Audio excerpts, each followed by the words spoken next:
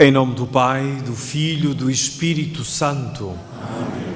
A paz esteja convosco. Bendito seja Deus por amor de Cristo. José leu a mensagem, tal e qual Deus a escreveu no seu coração. José, homem justo, à maneira de Deus.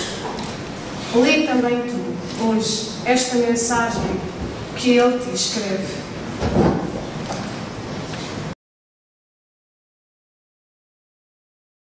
Leitura da primeira epístola de São Pedro. Aproximando-vos dele, pedra viva, rejeitada pelos homens, mas escolhida e preciosa aos olhos de Deus, também vós, como pedras vivas, entrais na construção de um edifício espiritual, em função de um sacerdócio santo, cujo fim é oferecer sacrifícios espirituais agradáveis a Deus por Jesus Cristo. Por isso se diz na Escritura: eis que ponho em Sião uma pedra angular, escolhida, preciosa, quem crer nela não será confundido. A honra é, então, para vós, os crentes, mas para os incrédulos, a pedra que os construtores rejeitaram, esta mesma tornou-se a pedra angular. E também uma pedra que faz tropeçar, uma pedra de escândalo. Tropeçam nela porque não creram na palavra, para isso estavam destinados. Vós, porém, sois linhagem escolhida, sacerdócio régio, nação santa, povo adquirido em propriedade, a fim de proclamardes as maravilhas daquele que vos chamou das trevas para a sua luz admirável. A vós que outrora não erais um povo, mas sois agora povo de Deus, vós que não tinhais alcançado misericórdia, e agora alcançastes misericórdia. Palavra do Senhor. Graças a Deus.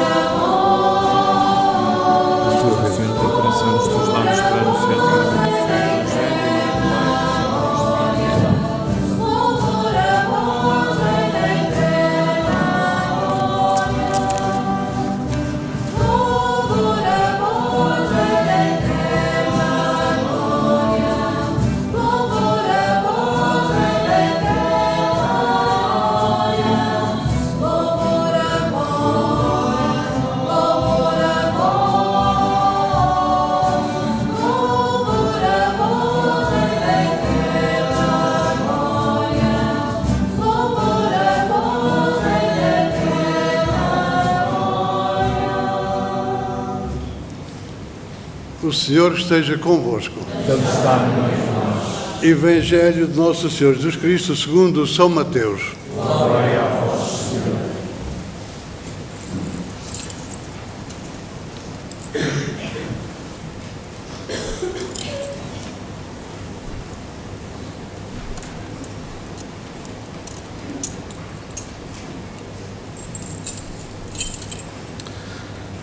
Jacob gerou José, esposo de Maria, do qual nasceu Jesus, chamado Cristo. O nascimento de Jesus deu-se do seguinte modo: Maria, sua mãe, noiva de José, antes de terem vivido em comum, encontrara-se grávida por virtude do Espírito Santo. Mas José, seu esposo, que era justo e não queria difamá-la, resolveu repudiá-la em segredo. Tinha ele assim pensado, quando lhe apareceu num sonho o anjo do Senhor que lhe disse: José, filho de David, não tema receber Maria, tua esposa, pois o que nela se gerou é fruto do Espírito Santo.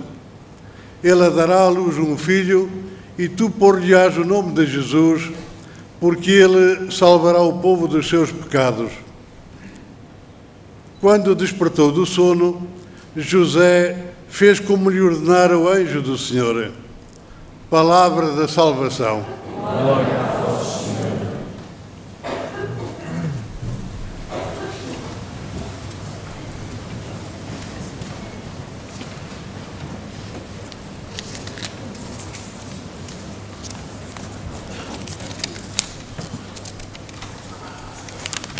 Caríssimos sacerdotes, diáconos, pessoas consagradas, caríssimos jovens, caríssimos irmãos e irmãs, celebramos nesta noite a solenidade de São José, esposo da Virgem Maria, e concluímos também o itinerário da Lectio Divina deste ano, para esta Quaresma, Páscoa, no ano do batismo que estamos a viver. As 4 anteriores Lectio Divina realizaram-se na Igreja de São José e hoje fazemos-lo aqui também e fazemos-lo na solenidade de São José, nesta feliz coincidência deste ano. E ao mesmo tempo, no dia em que iniciou o pré-sínodo que o Papa Francisco convocou para os jovens, para que este sínodo que é dedicado aos jovens, à fé e ao discernimento vocacional, não seja só para os jovens, mas com os jovens. E esta manhã o Papa reuniu-se com 340 que ao longo desta semana representam todos os países, os movimentos, seminários, casas de formação, para que, como ele dizia, possam dizer o que lhe vai no coração e ajudar a Igreja a acompanhá-los na vida. E a nós que temos essa responsabilidade, pais, famílias, paróquias, dioceses, unidades pastorais, movimentos, sacerdotes, pessoas consagradas, levemos a sério os jovens e façamos caminho com eles. E por isso, nesta experiência que há 6 anos vimos realizando na nossa diocese, esta experiência que se vai consolidando, porque se nota nos vários grupos, e este ano foram cerca de 15 grupos nestas 5 Lectio Divina, orientados pelo Secretariado Diocesano da Pastoral Juvenil Vocacional. Eu acompanhei sempre espiritualmente este ano, não tive a oportunidade, seja por trabalhos aqui em Portugal, seja sobretudo na missão que realizei em terras de Angola. E por isso, para mim, é significativo hoje participar nesta noite de encerramento da Lectio Divina, que fui acompanhando pela comunidade da Canção Nova, que tem transmitido estes momentos da nossa diocese, porque esta é também uma das experiências que a Conferência Episcopal Portuguesa apresenta como realização em Portugal, entre outras, no acompanhamento com os adolescentes e com os jovens, e através dos meios de comunicação social da nossa própria diocese. Há 5 anos, o Papa Francisco, quando iniciou o seu ministério, referiu-se a São José como o homem forte e silencioso, aquele que é capaz de escutar a voz do anjo e realizar fielmente a vontade de Deus, como acabamos de escutar na proclamação desta palavra. E saúdo a todos e a cada um de vós, e nesta noite permiti que saúde de um modo especial os jovens e o Padre Nelson, que vieram de Mogadouro, os que vieram de mais longe, da unidade pastoral da Senhora do Caminho, como ao longo da Quaresma vieram de vários lugares da diocese. Isto traz-nos também uma enorme alegria, porque sinto uma maior familiaridade com a palavra de Deus. Sinto que a nossa pastoral juvenil e vocacional já não é tanto feita de acontecimentos ou de algum calendário, de alguns espetáculos, mas é feita de um processo que tem que ser cada vez mais deste encontro com Jesus Cristo. Porque, como ainda esta manhã o Papa dizia, a juventude não existe. O que existem são jovens. E há muita gente que às vezes endeusa a juventude e fala no superficial, mas exigem jovens concretos e que precisam da ajuda e do testemunho dos adultos na vida e na fé. E o Papa interpelava esta manhã, como nós queremos também interpelar de modo especial no próximo domingo, o 33º Dia Mundial da Juventude, o que é que acontece aos jovens quando não têm trabalho? O que é que acontece aos jovens quando não têm acesso à educação, quando não têm acesso aos direitos fundamentais? Eu estive numa diocese em Angola, na diocese do Sumba, província de Kwanza Sul, onde ainda hoje existem mais de 80 mil crianças e adolescentes que não têm acesso à educação. Não há escolas nem professores para eles. Há vontade de aprender, há vontade e desejo de crescer e de ser, mas ainda não têm essa oportunidade. E nós, o que é que fazemos? O que é que estamos a fazer naquilo que nos compete? Porque nem tudo nos compete, mas às autoridades a quem compete, local e nacionalmente. A nós, como Igreja, e sobretudo os que temos responsabilidade maior pela missão recebida, o que é que fazemos para acompanhar os jovens? O que é que estamos a realizar? Já alguma coisa fazemos, mas ainda há muito para fazer. A Igreja, como dizíamos na mensagem para esta Quaresma, é essencialmente peregrina. E é porque nos sentimos nesta atitude de peregrinos que precisamos da leitura orante e da adoração eucarística que fizemos com os adolescentes e os jovens em cada segunda-feira, nos temas que propusemos de acordo com o nosso ano pastoral, este ano do batismo, e a partir da Escritura, e recordando brevemente desde a primeira Léxio, se conhecesses o dom de Deus, que é o tema que nos envolve ao longo deste ano, aquele encontro de Jesus com aquela jovem mulher samaritana. Na atitude do encontro pessoal com Jesus Cristo. Na segunda Léxio, Tu és o meu Filho muito amado, em Ti encontro o meu agrado. E as propostas das atitudes do sentido da transcendência e da dignidade da pessoa humana. Na terceira Léxio Divina, ide, fazei discípulos de todas as nações, batizai-os em nome do Pai, do Filho e do Espírito Santo e ensinai-lhes a cumprir tudo quanto vos mandei. E a atitude proposta é da convicção de fé livre e pessoal. Uma nova criatura foi o desafio da quarta Léxio Divina, nas atitudes do encontro e diálogo com os membros da família, do grupo e da paróquia. Para hoje, nesta solene Eucaristia e nesta magnífica Igreja de Santa Maria, onde nos encontramos, escutamos na segunda leitura de hoje a proposta de Léxio Divina desta noite. E vós mesmo, como pedras vivas, entrai na construção deste templo espiritual. E quisemos que esta oração possa levar à atitude de cada um e de toda a Igreja diocesana a valorizar o lugar da liturgia com realce para a Eucaristia. A Eucaristia é que faz a Igreja. A Igreja também faz a Eucaristia, mas sem Eucaristia não há Igreja. E nós vamos visibilizar isso ainda melhor na Missa Crismal, em Quinta-feira Santa, em que benzemos o azeite para os catecúmenos e para os enfermos e consagramos o óleo do Crisma, mas dentro da celebração da Eucaristia. Porque a Eucaristia é a fonte de todos os sacramentos, é a fonte da nossa vida e encontro com Jesus Cristo.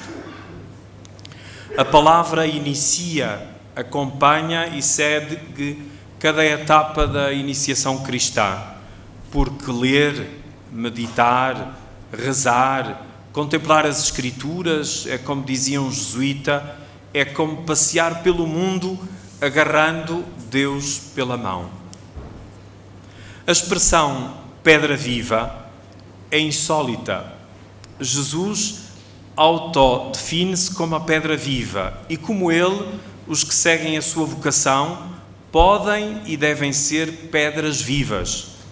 Aqui evoca-se a ressurreição de Cristo e outro paradoxo da primeira carta de Pedro. Cristo, pedra angular e pedra de tropeço, rejeitada. Com as pedras constroem-se casas. Neste caso, não se trata de um edifício, mas de uma casa espiritual. Todavia, uma pedra, por mais preciosa que seja, não faz uma casa. Há pessoas que se sentem tão iluminadas e tão capazes que pensam que sozinhas podem construir a igreja, podem construir a sociedade, podem construir um mundo novo. Ninguém o pode fazer sozinho. E na igreja, antes de mais, é um dom que se recebe e por isso a oração.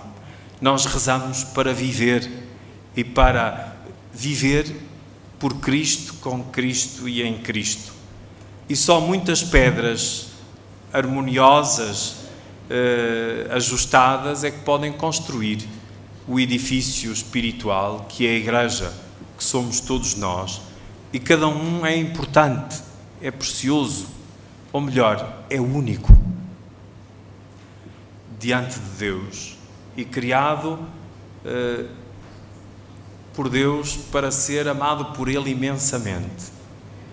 O encontro desta manhã com o Papa começou com uma mensagem que os jovens prepararam para o Papa e também o ajudaram a fazer o jogo como eles. E tinha um papelinho debaixo da cadeira. O do Papa estava debaixo da mesa, também ele teve que ir lá buscar e apenas dizia isto: Deus ama-te imensamente. É esta a missão da Igreja. Dizer a todas as pessoas, mesmo aos não crentes, mesmo aos não católicos, Deus ama-te imensamente. E é isto que transforma a vida. Não é fazer coisas, nem é pertencer a um grupo, a um movimento, a uma paróquia, a uma unidade pastoral, a uma diocese ou até à igreja. Mas é sentir-se imensamente amado por Deus. Isto é que é ser cristão. Isto é que nos torna felizes. Em vários lugares do Novo Testamento, Jesus é comparado a uma pedra. Na primeira carta aos Coríntios, no Evangelho de João, e recordo apenas nos Atos dos Apóstolos, onde sublinha aquilo que já refletimos. Cristo é a pedra rejeitada pelos construtores que veio a tornar-se pedra angular. Aquela pedra que é o alicerce. Jesus não é apenas o fundador da Igreja, e nós não o tornamos presente na oração como o fundador, como o grande iniciador. Não, ele é o fundamento. Por isso até que o altar da celebração, de preferência, como aqui nesta igreja, é de pedra, para significar isso mesmo, que ele é o fundamento deste edifício espiritual que somos todos nós.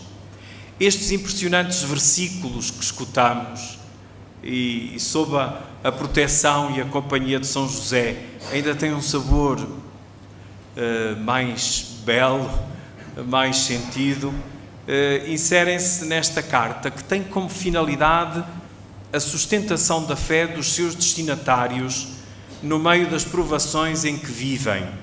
Também nós hoje vivemos na complexidade deste mundo que nos toca agora viver. Pedro coloca a Cristo como fundamento da esperança. Pode ser proveniente de uma catequese batismal, já que este capítulo 2 começa por se referir ao novo nascimento dos cristãos, os novos batizados na comunidade cristã. Nota-se, pois, o aparecimento de um culto novo que se caracteriza por espiritual, em que Cristo é o verdadeiro templo. O sacerdócio é extensivo a todos os cristãos e o sacrifício é de ordem espiritual. Eis a nova forma de relação com Deus operada por meio do sumo sacerdote Jesus Cristo. Como se adverte numa nota da Bíblia de Jerusalém, na tradução em língua portuguesa, estes versículos estão cheios de reminiscências do livro do Êxodo, no capítulo 19.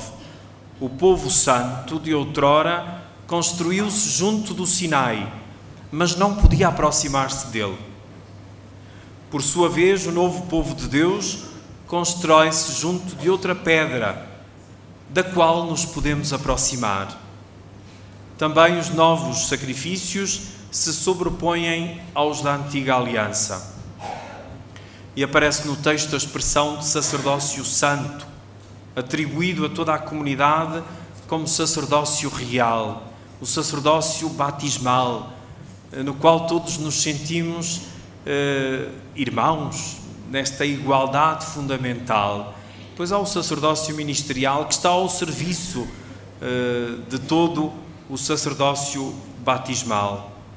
Pedro descreve a adesão dos cristãos ao mistério de Cristo e a situação sacerdotal que daí decorre de uma nova sociedade santa e eleita por Deus em Jesus Cristo. Ao sacerdócio real de Cristo corresponde o sacerdócio de todos os cristãos convidados a aproximarem-se de Deus com a sua própria existência e com a mesma dignidade fundamental. O tema bíblico atribuído a Cristo, pedra viva, pedra angular, é também apontado para os cristãos, pedras vivas que formam uma casa espiritual, o templo santo e a habitação de Deus no Espírito. Todas as pedras são importantes na construção, mesmo aquelas de tropeço. E como escreveu um grande autor e estadista do século XVIII e XIX, viveu 2 séculos, como nos toca a nós viver, Goethe, ele escreveu: podes construir qualquer coisa de belo, também com as pedras que encontras no teu caminho. E quem, para nós, é exemplo mais vivo e mais comunicativo desta mesma experiência que a Virgem Santa Maria e São José. Dele, hoje mesmo, esta tarde, o Papa Francisco, durante a ordenação episcopal de 3 novos bispos, enviados como núncios a vários países, dizia que São José é aquele homem que tem os pés assentes nas sandálias, podemos dizer hoje nos sapatos, na terra firme, mas que tem o coração voltado para o céu.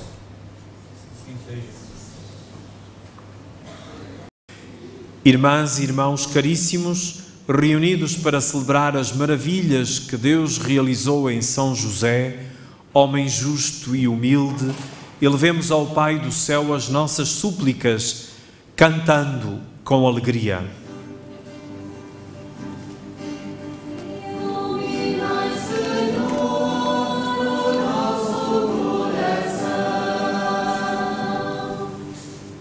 Pela Santa Igreja dispersa por toda a terra, para que anuncie a palavra de Deus com alegria e dê fruto no coração dos seus fiéis, oremos. Iluminai, Senhor, o nosso coração.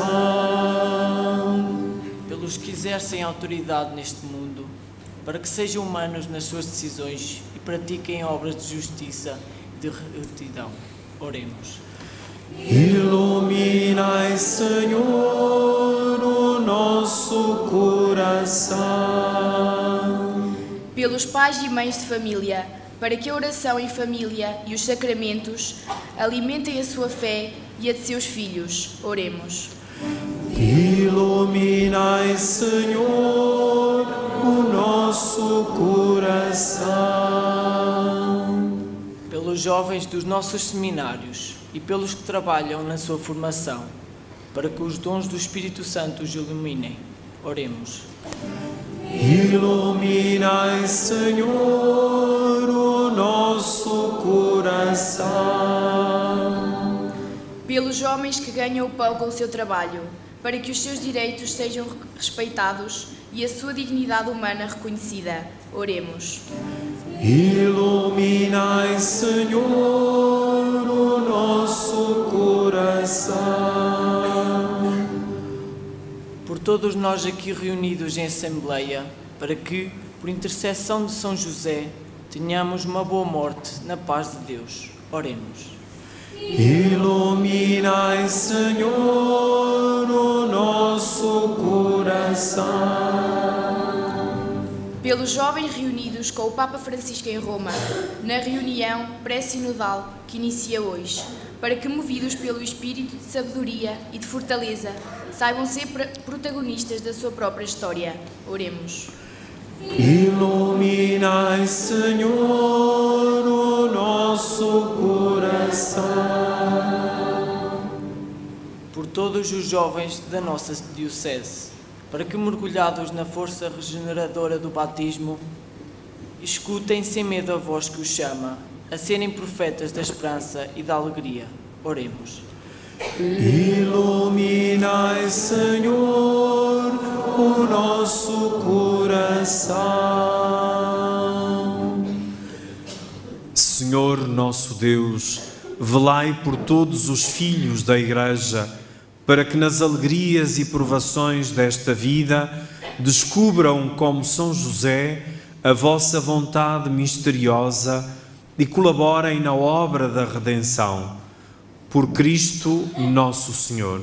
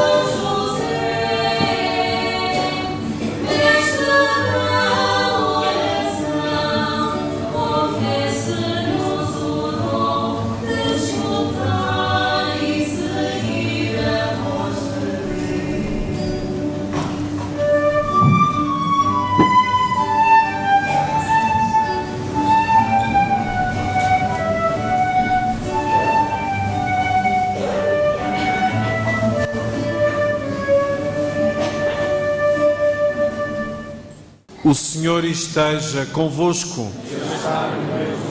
Bendito seja o nome do Senhor. O nosso auxílio vem do Senhor.